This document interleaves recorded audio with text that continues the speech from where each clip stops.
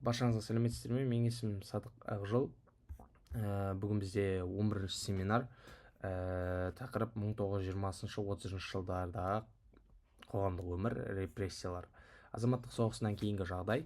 1920 жылдардың басында Қазақстан азамат соғысынан кейін қатты күйреп шыққан болатын. Өндіріс орындарының басым бөлігі тоқтап қалды. Ауыл шаруашылығы күйреді, халық ашаршылыққа ұшырады.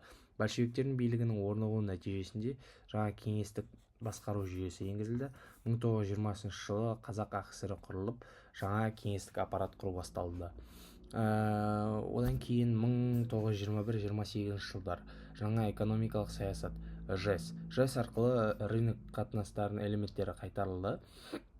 Салықтың орнына натуралдық салық енгізілді, кәсіпкерлерге белгілі дәрежеде еркіндік берілді және ұлттық интеллигенцияның бір бөлігі мәдени құрылысқа тартылды. Қоғамдық өмір біршама жаңданып, баспасөз, білім, ғылым, мәдени ұйымдар пайда бола бастады. Осы уақыттардағы қазақ зиялыларының қызметі 1920 жылдары қазақ интеллигенциясы Әлихан Бөкейханов, Ахмет Байтұрсынов, Міржақып Дулатов және тағы да басқа ұлт зиялылары ұлттық мәдениетті көтеру, білім беру жүйесін дамыту, қазақ тілін мемлекеттік басқаруға енгізу бағытында еңбек еткен болатын.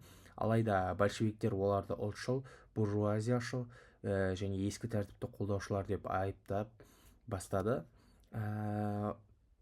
1928-30 жылдар кеңестік биліктің қатаюы және қоғамдық күшпен қайта құру, коллективтендіру. 1928 жылдан бастап сталиндік саясат күшейіп, ауыл шаруашылығы жаппай коллективтендіру басталған болатын. Қазақ халқын күштеп отырықшыландыру жүргізілді. Ауқатты шаруалар, бай құлақтар тап ретінде жойылды. Мал зорлықпен ортақ қораларға тартып алынып, шаруашылық жүйесі бұзылған болатын. 1931-33 жылдар ашаршылық.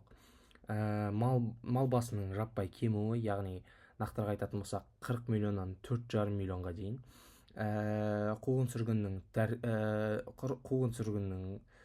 болуы, тәркілену және салықтың ауырлығының нәтижесінде алапат ашаршылық болып, 2,2 миллионға жуық қазақ қырылды. Жүздеген мың адам Қытайға, Қырғызстанға, Өзбекстанға, Түркменстанға босып кеткен болатын. Осы уақыттарда ұлы құрылыстар және индустрияландыру. 1930 жылдары Фурманов, Ридер, Балқаш, Қарағанды, Түркістан, Сібір теміржолдары сияқты индустриялық орталықтар салынды. Бұл науқан қоғамды қатты милитаризациялады және халық еңбегі армиясы ретінде мәжбүрлі жұмысқа тартылды. Индустрияландыру ұлттық кадрлардың тапшылығын көрсетті.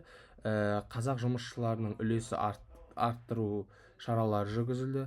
Одан кейінгі барлық қоғамдық өмір марксизм мен ленинизм идеологиясын бағындырылды.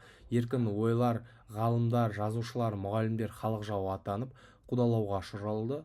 Қазақ әдебиетінің социалистік реализм міндеттелді, ал ұлттық мәдениет элементтері ескішілдік деп аталынды. Баспасөз қатты бақылауға алынып, діни мектептер, мешіттер, медреселер жабылған болатын. 1920-30 жылдар саяси репрессиялар. Бірінші толқын 1928 жылы. Ұлтшыл байлар қудалау. Ірі байлар тәркіленген болатын. 70 мыңнан астам отбасы жер аударылған. Екінші толқын 1930-31 жылдар. Көтерілісшілерді жазалау. Асыра сілтеуге қарсы шыққандарға